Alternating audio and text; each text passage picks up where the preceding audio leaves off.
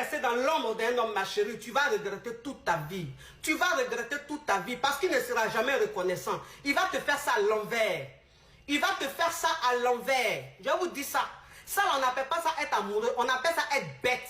On appelle ça regretter. C'est-à-dire que tu as 60 ans, tu as 70 ans, puis tu es là, tu attrapes ton menton comme ça. Et puis tu dis, hé, vraiment, si je savais, hé, vraiment, si la vie pouvait revenir, c'est-à-dire que si Dieu même pouvait me ramener à mes 2 ans, mes 3 ans, vraiment, de la façon dont j'ai vécu ma vie, là, je n'allais pas vivre comme ça. Ma chérie, c'est si je savais n'a pas de queue. Tu as 60 ans, tu as 70 ans, c'est fini pour toi. C'est fini, c'est-à-dire que toi, tu attends le jour de ta mort. Mais tu as fait quoi sur cette terre? Tu as servi à quoi sur cette terre? Tu es resté dans l'ombre d'un homme, tu es resté là à céder au caprice d'un homme, tu es resté là à croire à ce qu'un homme te dit. Il y a des hommes, il y a des hommes là, quand tu es avec eux là, c'est comme tes rivaux.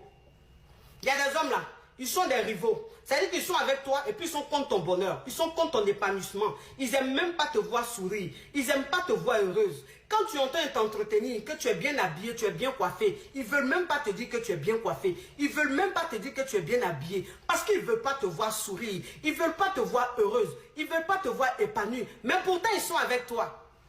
Pourtant, ils sont avec toi. Je ne vous comprends pas. C'est-à-dire que quand vous êtes des hommes, vous-même vous oubliez. Et puis vous voulez qu'ils deviennent président de la République, vous voulez qu'ils deviennent directeur de société, vous voulez qu'ils deviennent milliardaires pour que tout le monde soit fier d'eux. Mais donc vous, on ne peut pas être fier de vous. Vous, on ne peut pas être fier de vous. Ou bien toi, on va être fier de toi à travers la richesse de ton mari. On va être fier de toi à travers l'exploit de ton mari. Pourquoi? Quand lui naissait là, c'est toi, vous êtes sortis du même ventre. Pourquoi? De la manière, lui, les gens seront fiers de lui là. C'est comme ça, toi aussi là. On va être fier de toi. Pour être fier de quelqu'un là, on n'est pas fier des hommes seulement. On peut être aussi fier des femmes.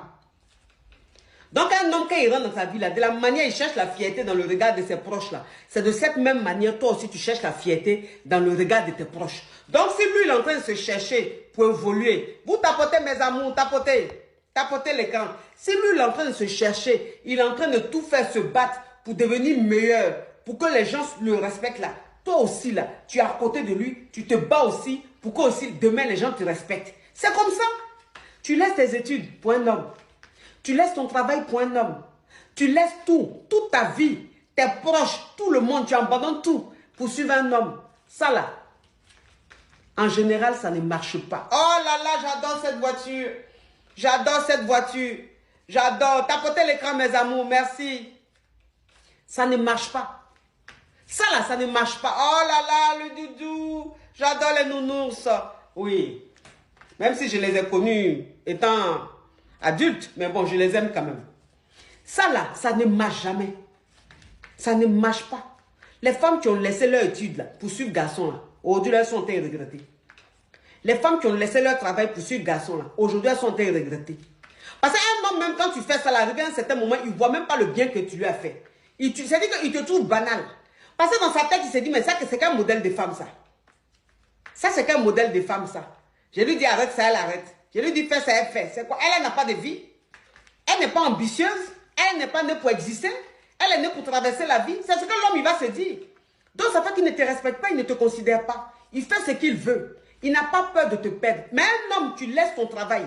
Tu laisses tes études. Tu abandonnes tout. Tu le suis. Mais cet homme-là, il ne peut jamais avoir peur de te perdre parce qu'il va se dire, mais si elle a laissé même sa vie pour moi, je peux lui faire tout ce que je veux. Elle n'ira nulle part. Elle n'ira nulle part.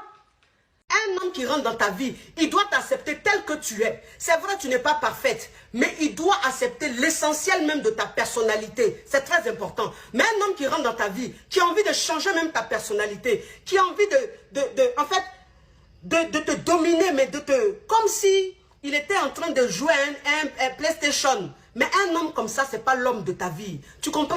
Toi, la fille, tu vas te dire quoi? Tu vas te dire, mais il m'aime tellement. Il m'aime tellement. Il est tellement jaloux. Il ne veut pas que je porte les jupes moulantes. Il ne veut pas que je porte les jeans. Il ne veut pas que je porte les habits moulants. Et c'est parce qu'il m'aime, il est trop jaloux. Il n'est pas jaloux. C'est parce que ce n'est pas l'homme de ta vie. Il ne t'aime pas. En fait, il n'aime pas ta version. Il veut donner une autre version. Une autre version que tu n'es pas. Et c'est ça. Mais un homme comme ça, quand il essaie de te fabriquer, c'est-à-dire il t'enlève même ta personnalité à toi. Tu n'es plus toi-même. Mais cet homme, arrivé à un certain moment, il va s'enlacer. Il va s'enlacer. Pourquoi? Parce que tu n'as pas de personnalité. C'est ça. Parce que tu es trop maniable. En fait, on te manipule vite, on te change, on te modifie.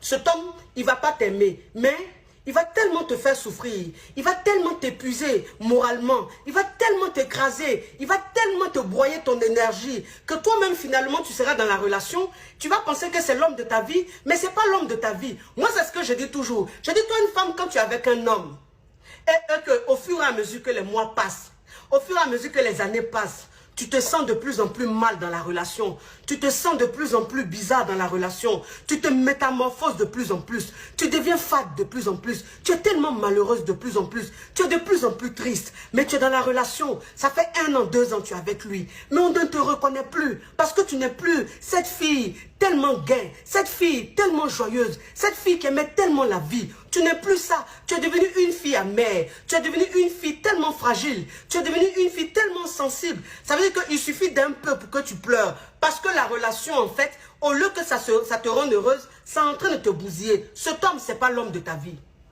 Ne reste pas avec lui. Ce n'est pas lui l'homme de ta vie. Quand tu es dans une relation, quand tu es avec l'homme de ta vie, tu ne te métamorphoses pas négativement. Bien au contraire, tu t'améliores. En fait, tu deviens le meilleur de toi-même. Tu deviens la meilleure version de toi-même. Parce que tu rayonnes de plus en plus. Tu deviens belle de plus en plus. Ta vie avance de plus en plus. Ta vie évolue de plus en plus. Là, tu es avec l'homme de ta vie. Vous avez compris?